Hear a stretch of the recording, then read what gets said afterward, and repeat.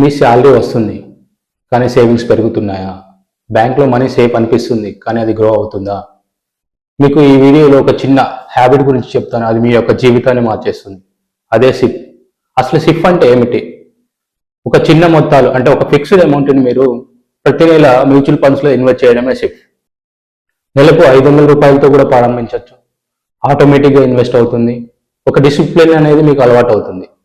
ఇది ఎలా అంటే మీరు 500 అని చెప్తున్నాను కదా, 500, 1000 రూపాయలు ఇట్లా ఇంక్రిమెంటల్గా ఉంటుంది అనమాట.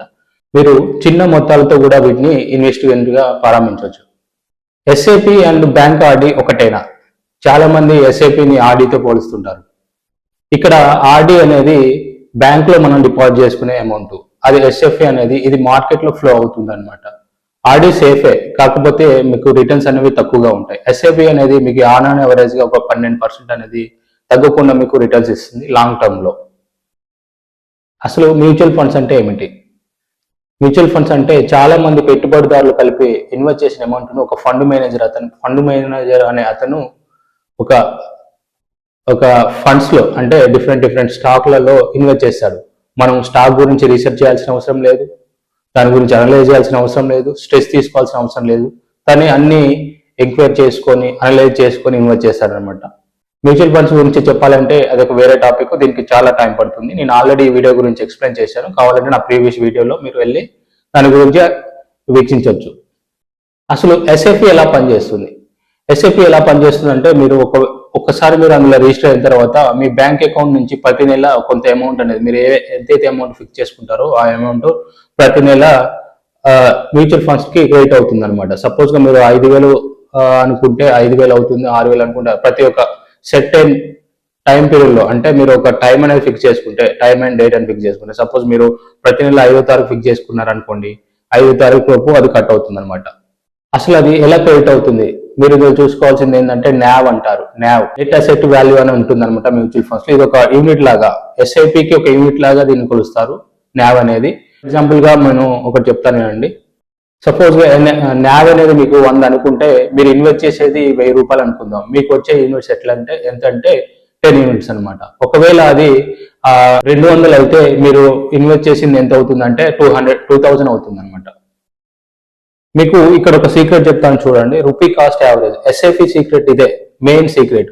ఇది ఎలా అంటే మార్కెట్ పడితే ఎస్ఐపి అనేది పెయిన్ కాదనమాట, అది మీ అడ్వాంటేజ్. ప్రతి నెల ఇక్కడ ఒక ఉదాహరణ నేను చెప్తానండి.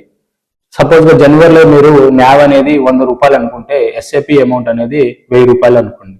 సో అప్పుడు మీకు యూనిట్స్ ఎన్ని వచ్చాయంటే 10. అదే ఫిబ్రవరిలో NAV అనేది 50 రూపాయలకు పడిపోతే మీ ఎస్ఐపి అమౌంట్ అనేది సేమ్ ఉంటుంది, అది చేంజ్ కాదు. సో 1000 రూపీసే. సో మీకు యూనిట్స్ అనేటివి 20 పెరిగాయి అనమాట. సో అదే మార్చిలో NAV అనేది తిరిగి మళ్ళీ అదే 100 రూపాయలు అయితే మీకు ఎస్ఐపి అమౌంట్ అనేది సేమ్ అదే అమౌంట్. సో మీకు యూనిట్స్ వచ్చేసేసి మళ్ళీ 10. సో మార్కెట్ డౌన్ లో కూడా మీకు ఎక్కువ యూనిట్స్ అనేవి కొనుక్కోవడానికి మీకు ఇది ఇస్తుంది అనమాట. యావరేజ్ కొనుగోలు ధర మాత్రం తగ్గుతుంది. ఓకేనా? ఇందులో మీ అడ్వాంటేజ్ ఏంటంటే NAV తగ్గినప్పుడు మీకు యూనిట్స్ అనేవి పెరుగుతూ ఉంటాయి. ఇది బేసిక్ అంటే మోస్ట్ ఇంపార్టెంట్ సీక్రెట్ అనమాట ఎస్ఐపికి. మీకు మార్కెట్ తగ్గినప్పుడు మీరు భయపడాల్సిన అవసరం లేదు, అది దీన్ని మీకు అడ్వాంటేజ్ గా మారుతుంది అనమాట. ఇందులో ఎస్ఐపిలో కాంపౌండింగ్ అసలైన మాయ అనమాట. కాంపౌండింగ్ లో ఇందులో ఎలా ఉంటుందంటే, కాంపౌండింగ్ అంటే ఏంటంటే వడ్డీపై వడ్డీ రావడం. సపోజ్ గా ఒక నెలకు 5,000 ఎస్ఐపి మీరు పెడుతున్నారు అనుకోండి, 20 సంవత్సరాల తర్వాత ఏమవుతుందంటే మీకు అదే సగటున 12% రిటర్న్స్ అనుకోండి, మీరు పెట్టిన మొత్తం 12 లక్షలు అయితే ఫైనల్ గా మీకు వచ్చేది 50 లక్షలు అనమాట. ఇక్కడ లాంగ్ టర్మ్ లో అంటే టైం ఎక్కువ అయితే మీకు లాభం అనేది ఎక్కువ ఉంటుంది, దాన్ని మీరు చూసుకొని ఇందులో ఇన్వెస్ట్ చేయాల్సి ఉంటుంది. ఎస్ఐపి ఎందుకు బెస్ట్ అసలు? సో ఇందులో ఎలాంటిదంటే మీరు చిన్న మొత్తాలతో కూడా స్టార్ట్ చేయొచ్చు. సపోజ్ గా మీరు 500 రూపాయలతో కూడా స్టార్ట్ చేయొచ్చు. మీరు మార్కెట్ ని ఫాలో అవ్వాల్సిన అవసరం లేదు, మీరు స్ట్రెస్ గురాల్సిన అవసరం లేదు. ఒక టైమింగ్ అంటే ఏం లేదు, మీరు ఒక టైమింగ్ ప్రకారం వచ్చి ట్రేడింగ్ చేయాలి అలాంటిది ఏం లేదనమాట. మీరు ఒక డేట్ అనుకొని దాని మీద మీరు ఫిక్స్ అయి ఉంటే అదే ఆటోమేటిక్ గా డెబిట్ అవుతుంది, అదే ఆటోమేటిక్ గా మీకు ఇన్వెస్ట్ మార్కెట్ పడినప్పుడు మీకు పెద్దగా ఇబ్బంది పడాల్సిన అవసరం లేదు, మార్కెట్ తగ్గినప్పుడు మీకు అంత కంగారు పడాల్సిన అవసరం లేదు. సో మీరు దీంట్లో స్ట్రెస్ అనేది ఫీల్ అవ్వాల్సిన అవసరం లేదు. మెయిన్ థింగ్ ఏంటంటే స్ట్రెస్, మీకు స్ట్రెస్ రిలీఫ్ అనేది ఎక్కువ ఉంటుంది ఎస్ఐపిలో.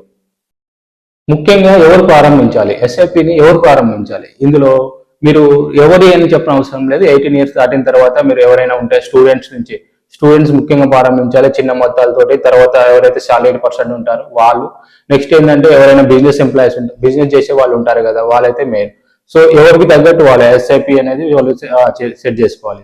సపోజ్ గా స్టూడెంట్స్ అనుకోండి, వాళ్ళకు 500 రూపీస్ నుంచి కానీ 1000 రూపీస్ నుంచి కానీ వాళ్ళు చేసుకోవచ్చు. అదే శాలరీలు అయితే మినిమం వాళ్ళకి 5,000 నుంచి వాళ్ళు స్టార్ట్ చేసుకోవచ్చు. ఇంకా ఎవరైతే ఉంటారో బిజినెస్ చేసే వాళ్ళు కొంచెం పెద్ద మొత్తాలలో ఇన్వెస్ట్ చేయడానికి ఆలోచించాలి.